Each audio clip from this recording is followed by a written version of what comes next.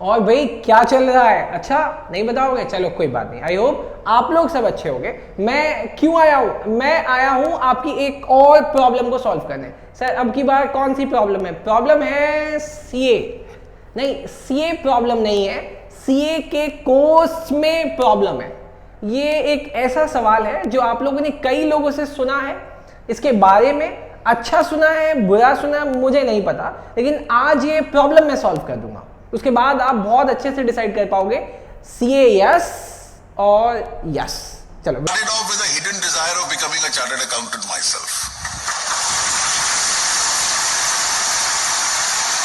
I strayed into other activities and then preferred law because at that time, and I have said this repeatedly, at that time also as of now, the chartered accountant exam was a very difficult one.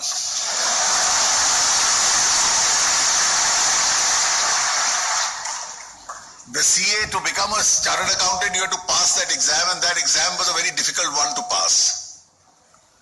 Law equally was a very difficult exam to fail in. And therefore, I chose a more comfortable option. डर लगा?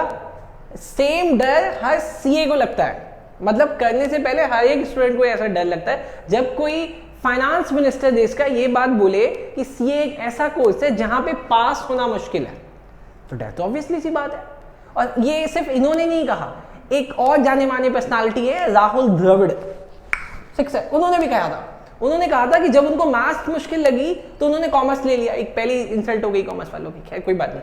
और commerce में भी उन्होंने BCom के बाद decide किया कि वो सीए करेंगे, और सीए की फर्स्ट बुक खोलने के बाद वो कहते हैं कि मुझे इतना मुश्किल लगा था कि मैंने अपने क्रिकेट की प्रैक्टिस ज्यादा डबल कर दी। वो वहां ज्यादा मेहनत करने लगे, उनको सीए इतना मुश्किल लगा। अब ये सब चीजें तो बहुत डराती है, अब इससे भी ज्यादा और क्या बुरा हो सकता है।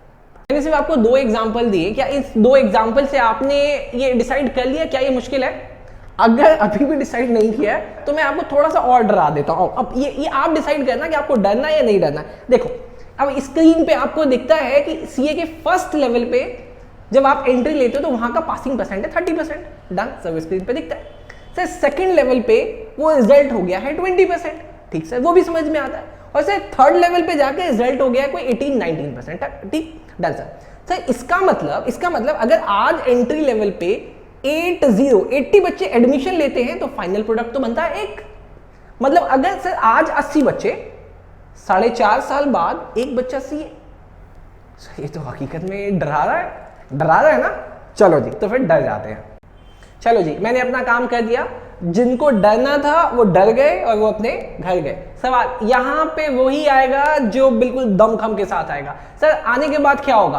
आने के बाद आपको 3 स्टेजेस से गुजरना पड़ेगा। पहला है बेटा फाउंडेशन, दूसरा है आईपीसीसी इंटरमीडिएट और तीसरा है फाइनल। इस टोटल करिकुलम में जो आपको स्क्रीन पे दिखता है, इसमें कहीं आपको 4.5 साल के आसपास का टाइम लगता है। इस 4.5 साल के अंदर आपकी प्रैक्टिकल ट्रेनिंग होती है, आपकी इंडस्ट्रियल ट्रेनिंग होती है, आपको डायरेक्ट क्लाइंट के साथ मीटिंग होती है, क्योंकि इसमें इंटर्नशिप का भी क्लॉज है।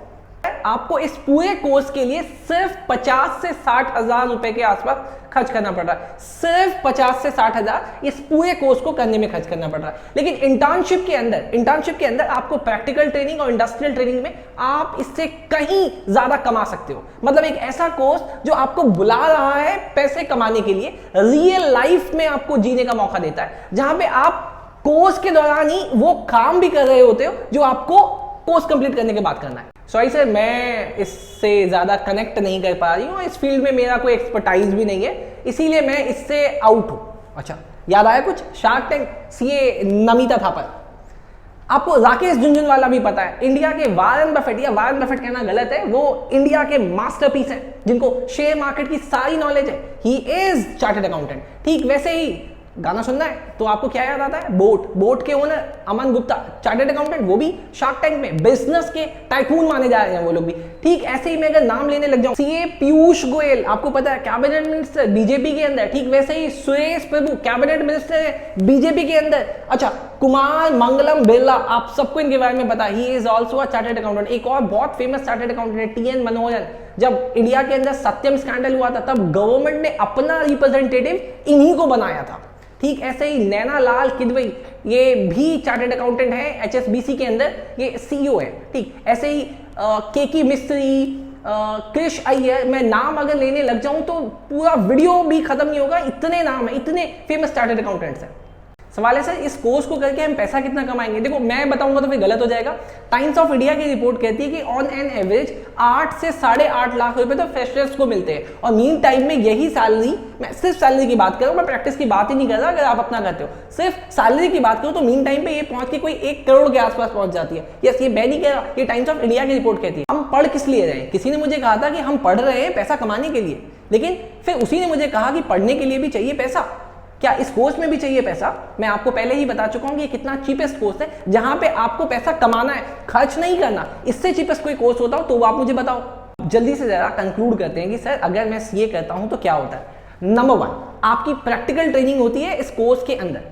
दूसरा, आपको इंडस्ट्रियल ट्रेनिंग करने का मौका मिलता है जहां पे आप इंडस्ट्री के साथ खड़े होकर काम करते हो। तीसरा, आपको शुरू से ही क्लाइंट के साथ बातचीत करना, कम्युनिकेशन करना, आपको वो सारी पर्सनालिटी डेवलप करा दी जाती है कि रियल लाइफ में कैसे काम कर सकते हैं। इसके बाद कोर्स के तुरंत बाद आप बहुत रेडी होते हो किसी भी कंपनी को हैंडल करने के लिए। इसके जस्ट आफ्टर आप किसी भी कंपनी में जाके as a CEO, as a CFO भी हैंडल कर सकते हो। अब इतनी सारी चीजें अगर कोई कोर्स आपको देता हो और स्टार्टिंग में ही 8 से 8.5 लाख की सैलरी, तो फिर मेरे हिसाब से इसको ना वो ही करेगा जिसके अंदर कैलिबर नहीं है। यस, मैं भी हूं CA and I am proud of it.